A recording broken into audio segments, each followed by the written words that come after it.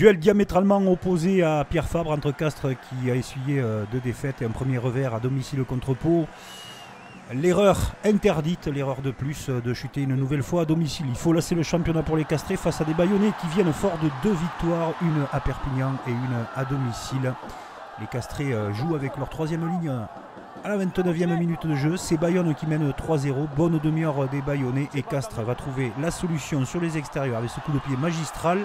L'attente et la patience d'Amba Diang pour marquer ce premier essai détarné devant un public ravi. Un vent d'autant souffle sur le Tarn, comme le groupe pénétrant qui va souffler les Bayonnais. Et regardez ce malin de Santiago Arata. Cornac qui harangue ses troupes, feinte de passe, la moustache des Bayonnais et Santiago Arata, Santi, appelé affectueusement à Castres, marque ce second essai avec cette feinte de passe magistrale dont il a le secret et s'est infiltré dans un trou de souris. Santiago Arata à son aise dans ce match, lance ses avants, avantage en cours avec les Castrés mine de rien qui mènent 2 essais à 0. On va tourner au citron, mais surtout un petit coup de pied génial. Makala tergiverse, le ballon lui échappe et Botitou qui a suivi en embuscade. 3e essai, bonus offensif pour le Castres Olympique face à Bayonne.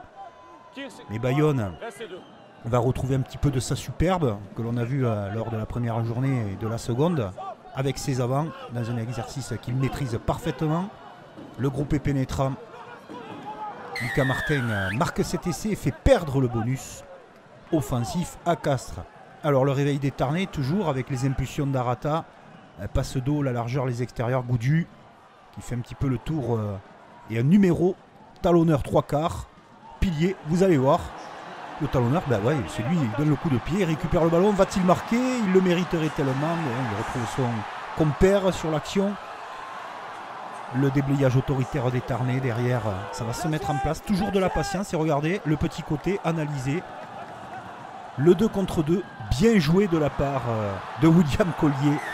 Le pilier qui se retrouve en terre promise et qui redonne ce fameux bonus au Tarnais. Le coup de pied de renvoi, Joris Second, captation de balle, regardez, déroutant. Ah, les appuis extraordinaires, Arata, intenable, qui arrive à hauteur. Amba Diang, le coup de pied, il l'a vu, il l'a appelé. Superbe doublé d'Amba Diang. Et quelle prégnance sur le match de la part de Arata. Castres s'envole dans cette rencontre à l'heure de jeu. Bayonne essaye de réagir, mais ils vont se faire poignarder sur leur offensive. Très bonne lecture de Popelin qui vient dans la ligne intervenir, récupérer ce ballon. Et à la course, il finit. Cet essai est cruel pour les Bayonnais, mais la lecture défensive de Castres était excellente. Staniforce à la charge, de nouveau pour les Tarnais. Il n'est pas fini pour eux sur le festival offensif qu'ils proposent.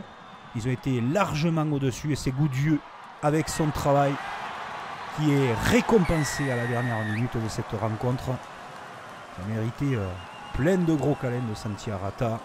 Les supporters tarnais sont ravis. Bonus offensif de Castres face à Bayonne qui lance sa saison. Et puis voilà, cet immense câlin pour la fin pour fêter ce match. Nul doute que Bayonne se reprendra.